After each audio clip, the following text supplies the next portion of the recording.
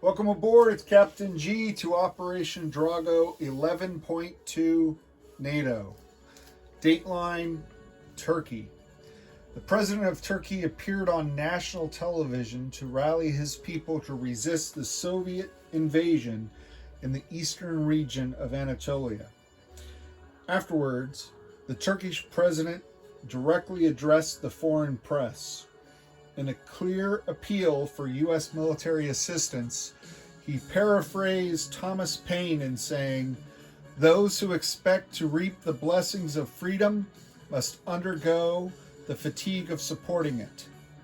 This was the first public appearance by the Turkish president in his full military uniform since taking power in his 1980 military coup.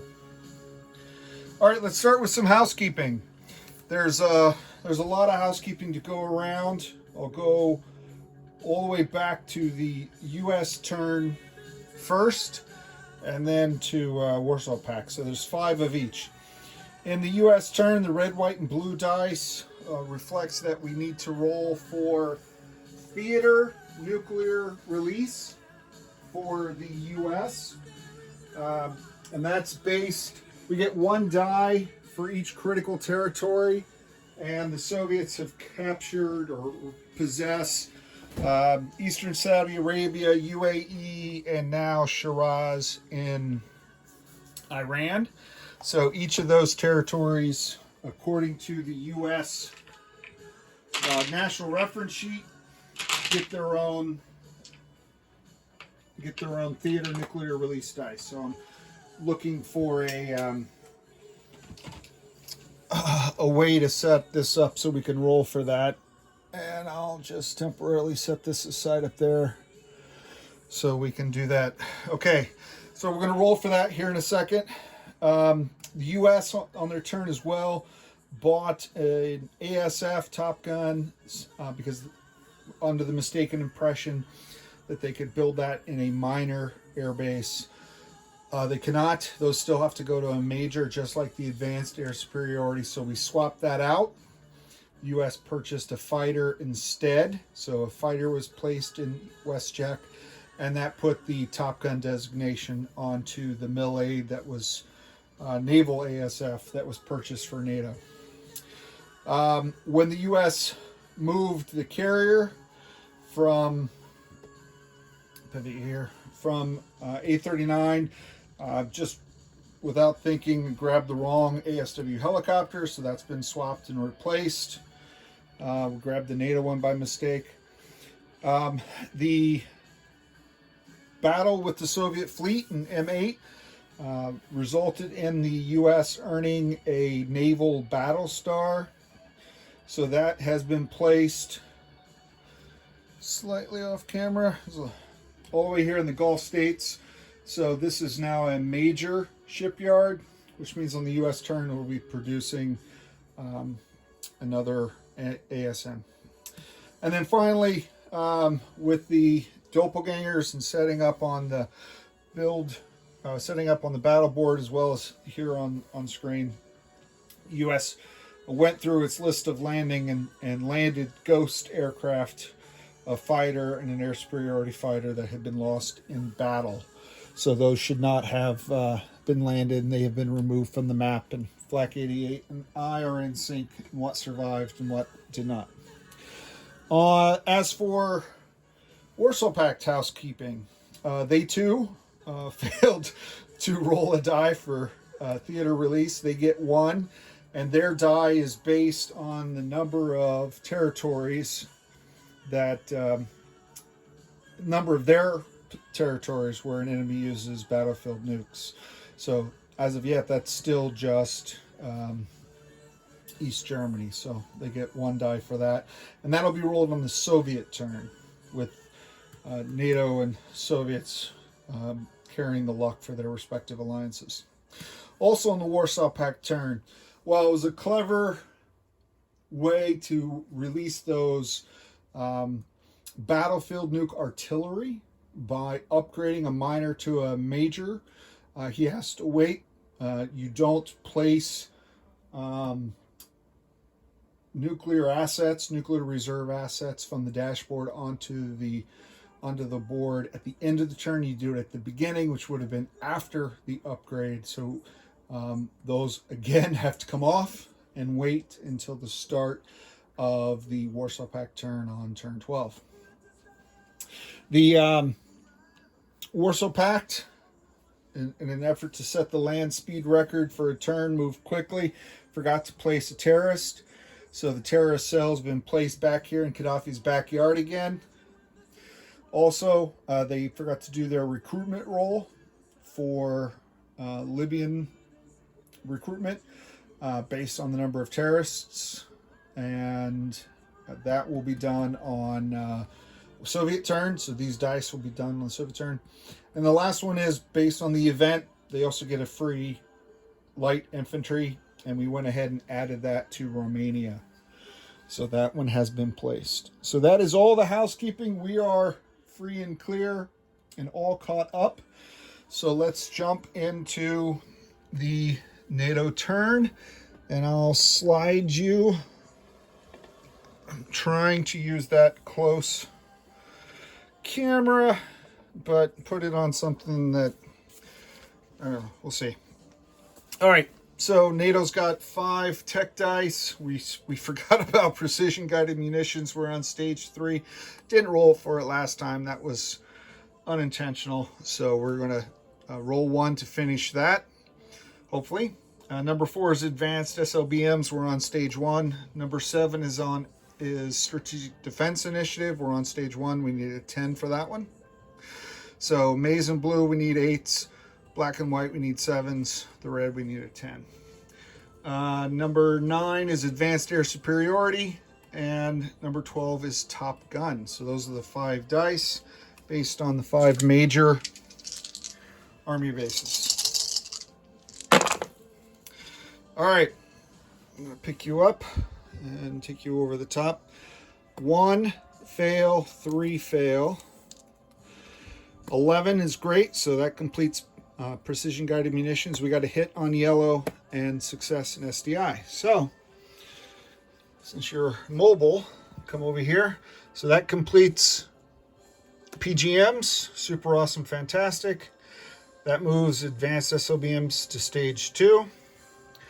And Strategic Defense Initiative, we've caught up with the Soviets and the US. So not bad. 3 out of 5. All right, let's put you back to center stage.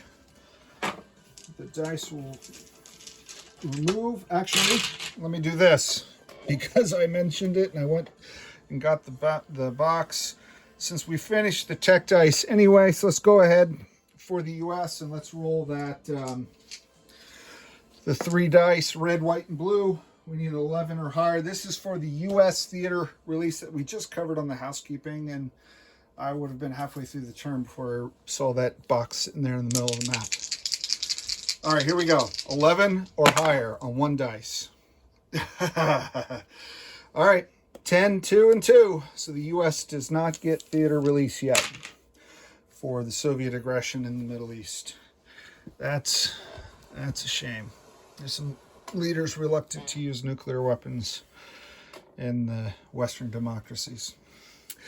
All right, so now let's go to purchase units. So bring this up to center stage, which is for some reason the Iberian Peninsula. All right, military aid. We walk into this turn, NATO, with 51 IPP. We're going to spend 6 on military aid, and we're going to buy a next-gen MBT for our American allies, the U.S. Okay.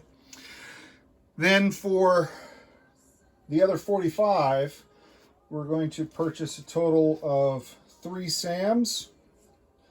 For 9, we're going to purchase 3. I made changes on this one. I'll make sure my notes are correct. 3, 4, 5, 6, 7 MBTs. We're doing a paramilitary and an artillery. So let me just do it this way. 2 mechs are 8, an artillery and a SAM 6 and 3 is 9, so that is 17, and 3 is 20, and 25 is 45, and 6 is 51. So that's good, because 3 is 12, and 3 is 15, and 8 and 2 is 10. Good. Math is hard, but it seems we got it right that time. Okay. Now, let's go to our combat turns. So, let's see. I'm trying to find where is number 1. All right. Pivot, pivot, pivot. All right. So, dice number 1. And we're using the NATO colors of blue and white. Number 1 is a cruise missile strike into the Sudan at this air cav, and in camera in this C zone M3. Let's bring it over. The NATO task force in M3. There is the French cruiser Le Colbert with its escort, which will be a guided missile frigate. They are going to go 1, 2, 3. From this C zone, which I forgot a launch point token because there's lots of them this time, but that's fine. And then going through Egypt, which is allied to the US and NATO, 2. So firing a range of 2, 1 cruise missile at this aircraft. No AMD, no missile defense unit. So it's just 1 die at 5 or less. Up here, number 2, these Soviet occupation forces suppressing Iran. We're going to fire 2 cruise missiles into this territory, Tabriz, where there are no SAMs. So while the Soviets have AMD tech, they don't have any SAM units in this territory. So from the major air base in Marmara, going 1, 2, 3, is 1 ground launch cruise missile. And then coming out of C zone, is that in camera? Yep. M4 is the French nuclear-powered attack submarine, moving 1 to M7 and then 2 up here to M10, back into the Black Sea, but in the NATO SOSUS zone. So that's friendly. Let me point that out to you when you come over and look at the Black Sea. The blue is NATO, the red-brown Soviet as far as SOSUS zones and subdetection and mines, etc. So from that territory, we border Anatolia, and that cruise missile can go 1, 2. So that is number 2. Number 3, turn you back. Let me even try to put you on the map, since I know the tip from Flak 88 was just to knock things down. So in West Poland, we are firing a total of 4 cruise missiles, and we're doing a facility strike. The paint is not dry yet on that major army base, and we're not going to give it the chance to dry. So from A13, this British nuclear power attack submarine is going to fire cruise missile 1, 2 into West Poland. The major air base in Rhineland, firing a ground launch cruise missile at the range of 3, Bavaria 1, West Czech 2, West Poland 3, so that's 2. And then the remaining 2 cruise missiles firing from a launch point in Bavaria. The French strategic bomber that's been based outside of Paris. It'll move 1, 2 to launch. And it is, of course, within scramble range because it's firing a range of 2 away. So this Warsaw Pact air superiority fighter could scramble, so we have to provide escorts. So NATO is sending from Rhineland this NATO air superiority fighter. This fighter in Bavaria is launching, so just going straight up, movement is 0. And then out of West Czech, this second NATO fighter, 3rd aircraft, is just coming back 1 to provide an air screen escort for that strategic bomber, and facing superior NATO air forces, Warsaw Pact chose not to scramble, so there is no interception combat. Number 4, up here, the red die, against the impressive Soviet fleet in A6. The NATO alliance are sending 2 naval attack bombers to their launch point here in A23. So they're just moving 1. I'll have a movement of 6 left to fire anti-ship missiles. So we're firing 2 anti-ship missiles here at the Soviet fleet. And there is, of course, we discussed still those 6 AMD shots. So hopefully they'll go through. Escorting those 2, even though the Yaks cannot scramble from a heavy aircraft cruiser, always get in the habit of protecting your valuable assets. We're going to send up these 2 naval fighters as escorts into this sea zone as well. There is no scrambling, so that's it for them. Number 5 is this one here in East. Is it East Czech? Yep. I wanted to make sure we're within the right territory with 1 IPP. Correct. So the Soviets and Warsaw Pact have left the door open. It's an invitation. We hear the Prague Spring, and so NATO is answering the call for liberation. Out of Austria, this is an unopposed walk-in, so not really combat, but we're going to do it in combat movement phase. Let me bring up the Austrian force. You're perhaps too close now. Hold on.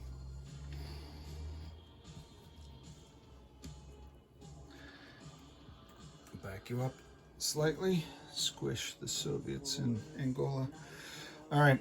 So this Austrian task force is moving in to East Czech in its entirety with one exception. This air cavalry unit will stay in the mountains. Let me make sure that is correct.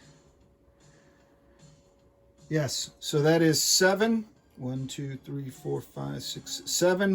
mechs, 2 artillery, and 2 SAMs, which are on the task force marker. Additionally, because there's no one there, so we want to send in overwhelming force, from bordering West Czech, this German task force marker, which I will swap out and replace with a U.S. First Corps, and we'll just use the 1 marker. NATO is sending 2 mech, so these 2 German mechs will join them, 2 MBT, and 1 of the 2 SAMs for NATO.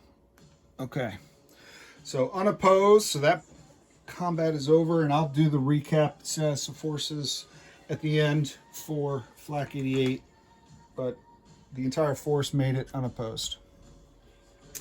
And then number 6, let's pivot slightly, CC6.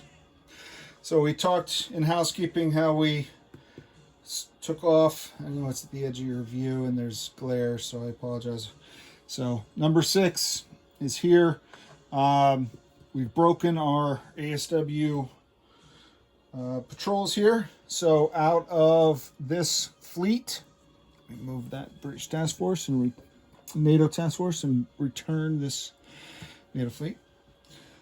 I'm going to send the amphibious assault ship with embarked ASW helicopter, and they're going to move 1, 2, 3, join this NATO task force, and then the combat move of that is assigning combat ASW air patrol in A41.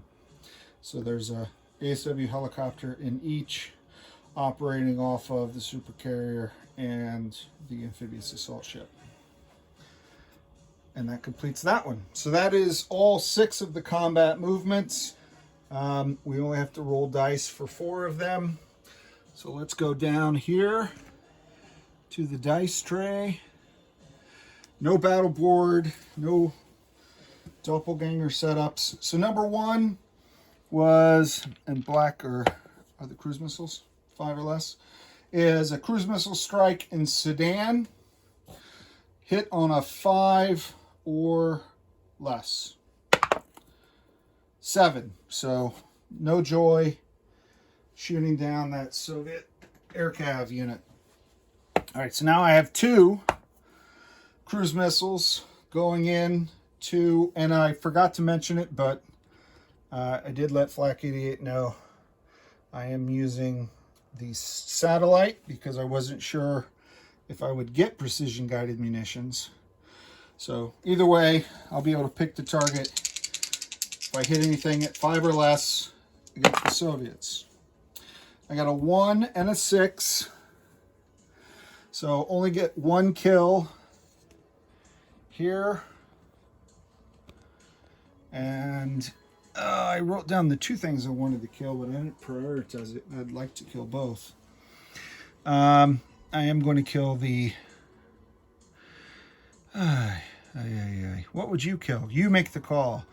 Enter in the comments. Should I kill the next gen MBT? Should I kill the artillery, which can fire nukes if the Soviets ever get theater release? Should I kill... What should I kill? Let me know in the comments. That satisfying kaplunk was the kill box. So that takes care of combat 2. Let's keep going. Combat 3 are 4 cruise missiles streaking in. There is no AMD for the Soviet, or for Warsaw Pact. There is a Soviet SAM, but that protects the units. It does not protect the doesn't protect the territory. So 1, I'll roll British and German dice. Okay, 6-sided dice.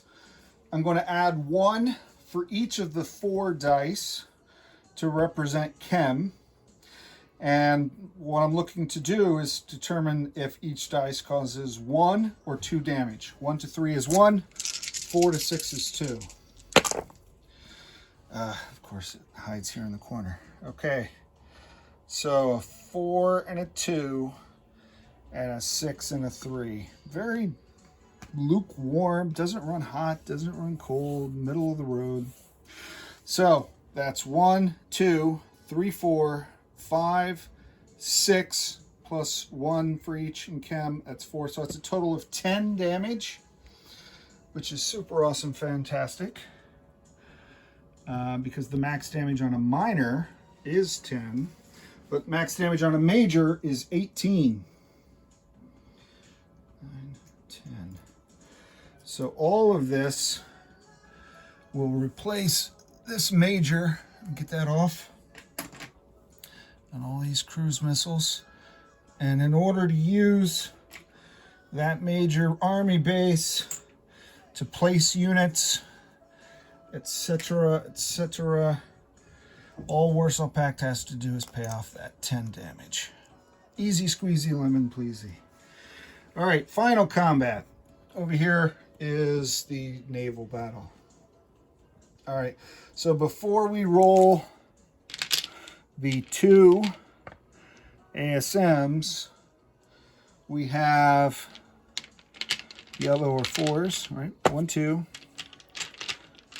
3, 4, 5, 6 dice. This is the Soviet missile defense for their fleet, based on 2 cruisers, 2 Kirov battle cruisers, 2 Slava cruisers, Kirov battle cruisers, and 2, I don't know the name of them, destroyers. So that's 6 dice.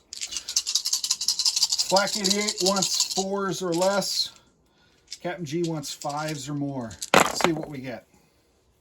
Oh, sadly, 4, 4, 3. So they're both shut down. But interestingly, the dice went half and half. So I'm going to have to shoot more than 3 anti-ship missiles to get any headway done on that fleet. All right, so mixed results for sure. in our combat.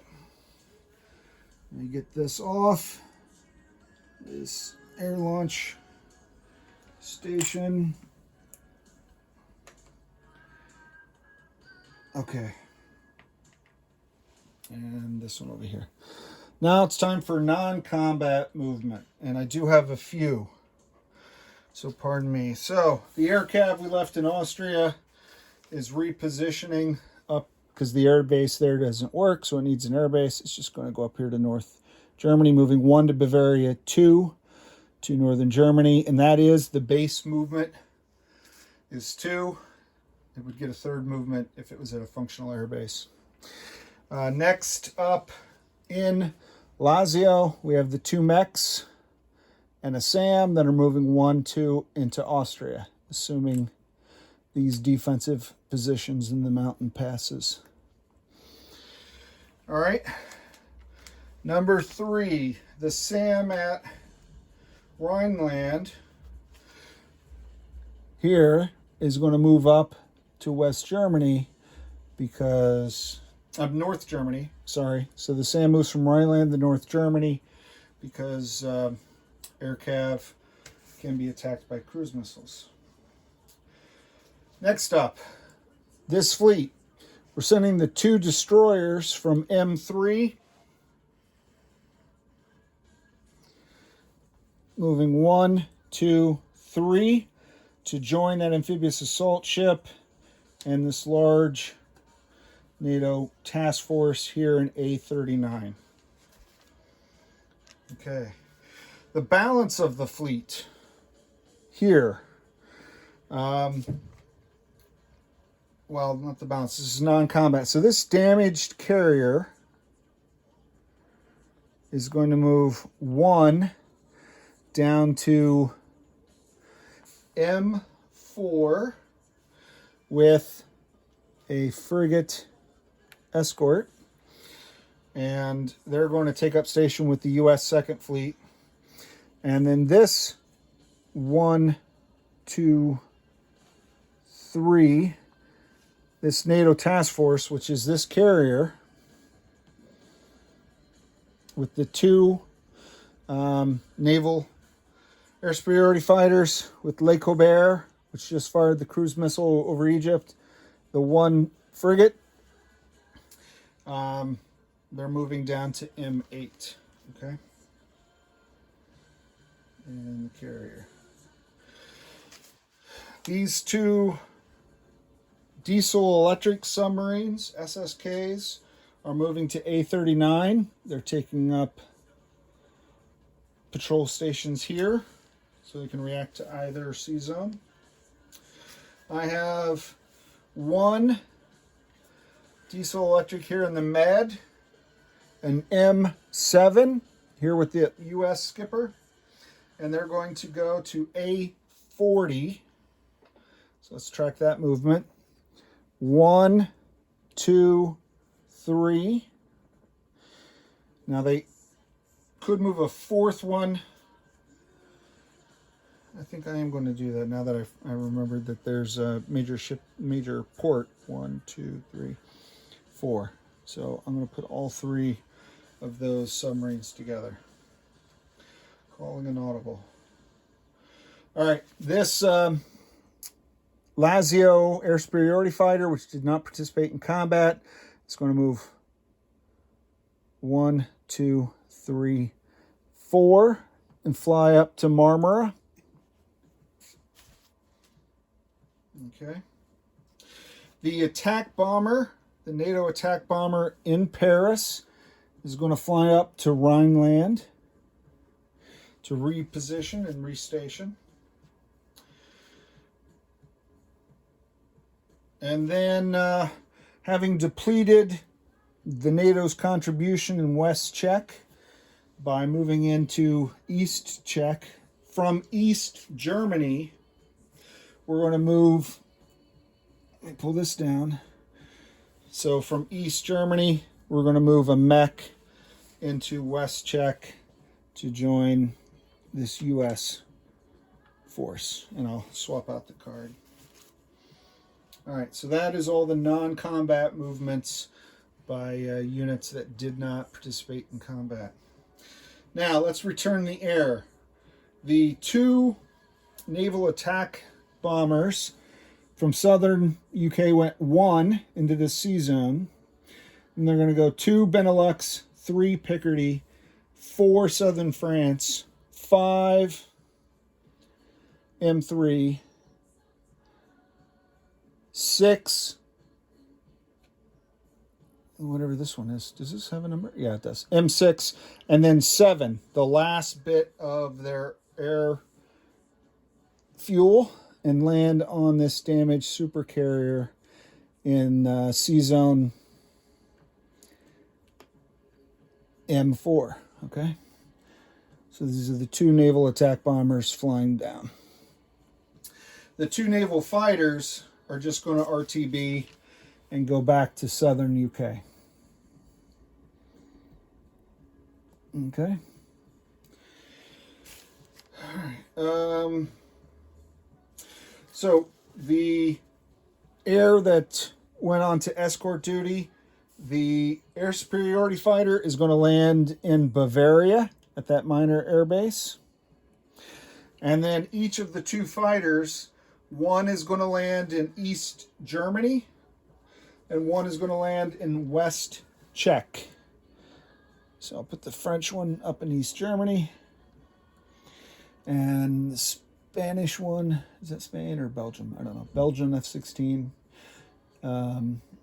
in West Czech. Okay. Then the strategic bomber is going back to its base in Paris with the US B-52s. Okay, so that completes all of the RTBs. No sea lift this turn. Airlift. I have a light infantry in southern England. It's going to jump into the airbase there and fly to the airbase in West Czech to join that mech. So the light infantry from southern UK to West Czech. Airlift. Oh, no, there are sea lift. I just got that out. Oh, that was strategic land movement. No strategic land movement. That was the airlift. Sea lift. I do have 2 sea lift. So let me pull you over here. So I have 3 SAMs, and I'm running out of sculpts, but I need sculpts. So let me figure out what I'm going to do here. I'll swap them out. Okay. I'm going to take 2 of these. How about that? Super awesome, fantastic. All right, so leaving this major port, which can send up to 3 units on sea lift, I'm going to send both 1, 2. I'm going to pull 1 into the minor shipyard in Israel and 1 into the minor port there in Egypt. So they're traveling major port, 1, 2 sea zones, minor shipyard Israel, minor port Egypt. Okay, so where to put the SAM? So he goes with this light infantry that was already pre-positioned. And this guy goes into Israel, which is on this card down here, to augment the air defense for the coalition forces. All right, that completes non-combat movement. Moving along swiftly, it's at the 33-minute mark. Let's bring up our build chart and let's place some units. Okay, we start with placing units. So, in Marmara, can you see the whole? Yeah, all right, not bad. I don't know if you're getting the full effect of this up-close camera stand or not. In Marmara, I have 3 mechs I'm placing at this major army base, as well as 1 SAM. So that's the 4 units I'm building there. In Rhineland, I am building at the major army base a SAM and an artillery. In Picardy, the minor army base, just a SAM. Okay. In Bulgaria, taking one of these mechs, and I'm going to build him the minor army base in Bulgaria. In Lazio, I'm going to build one mech at this major army base in Lazio. And then finally, East Germany, the minor army base in East Germany. I'm going to build two mechs. That is the German card, two mechs. And then I'm buying a paramilitary, which does not take build capacity, and you can build two per land zone in home country, one per land zone per turn in non-home country. So there you go. All right, so those are all the builds. The military aid is being built, the major army base in Paris, and then sent by Federal Express to the U.S. contingent here in West Czech. All right, so that is all of the place units. Let's go to collect income. All right, we're just trucking along here. Let's move over to the income. So NATO was at, where were we at? 63. We go up 1 to 64 for the walk-in in East Czech, and that means our Warsaw Pact opponents go down 1. So they're at 10, NATO is at 64. So I think the only thing I didn't do was set up 64 in chips, but I can do that fairly quickly for you. There's 50, 60, 4. 1, 2, 3, 4. All right, what are our deductions? Well, we have 8 on the oil tracker. It's not changed. And only 2 now on the terrorist tracker. And that is the new one in Gaddafi's backyard here in West Libya, and the one hiding out in Ethiopia. So 8 and 2 is 10. So I'll take off the blue chip. And that should leave NATO with 54 IPP cash on hand next turn. So we're moving up slowly in tiny increments, but it really depends on the terrorists. All right, next to last are checking fallout. So we didn't use nukes. So the fallout tracker, I'll bring you over here, is still at 5, is not changed.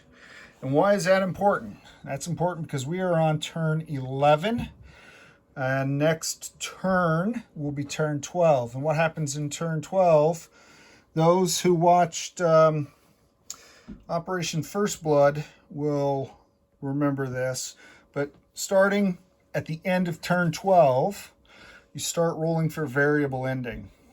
So what determines whether or not you end is you roll either 2 10-sided dice or a 100-sided dice, and you count. So the higher the nuclear fallout, the more likely that the game ends. The populations are war-weary and demand some sort of peace or settlement, or basically everyone's dead and can't continue the war.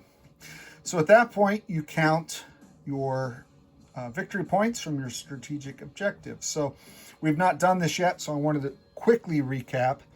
In this scenario 2, there are a total of 18 victory points available to each alliance. 8 to NATO and 8 to Warsaw Pact, and 10 points for the US and 10 points for Soviet Global. So NATO, they earn their 8 points by 1, driving the Warsaw Pact base income equal to or below 17 IPP. And that's worth 4 victory points. If NATO can push the base income, not the bonuses for all of Africa that Warsaw Pact gets, but their base for land. So right now the base income, as we said, is at 10, so that is good to go. 4 victory points. And then these possess a Warsaw Pact land zone. So not only stop them but liberate population. So we have more than one land zone. In fact, we have 3 now. So we're securing those. So that's a total of 8 before deductions. For the U.S., Monroe Doctrine, that's basically no Warsaw Pact Soviet communists in Central or South America. So that U.S. achieved when we finally took Costa Rica. So that's worth 2. Access to oil, make sure that these are neutral or pro-U.S. UAE, Shiraz, Nigeria, Eastern Saudi. Yeah, no, don't get that. Contain communism in Africa and the Middle East. Nope, not done that. Soviets are running rampant, so no victory points there. Maintain a nuclear balance by achieving the advanced SLBM technology. Yep, we have that. And SDI, we do not have that. But if we get that, then that's 2 victory points for the U.S.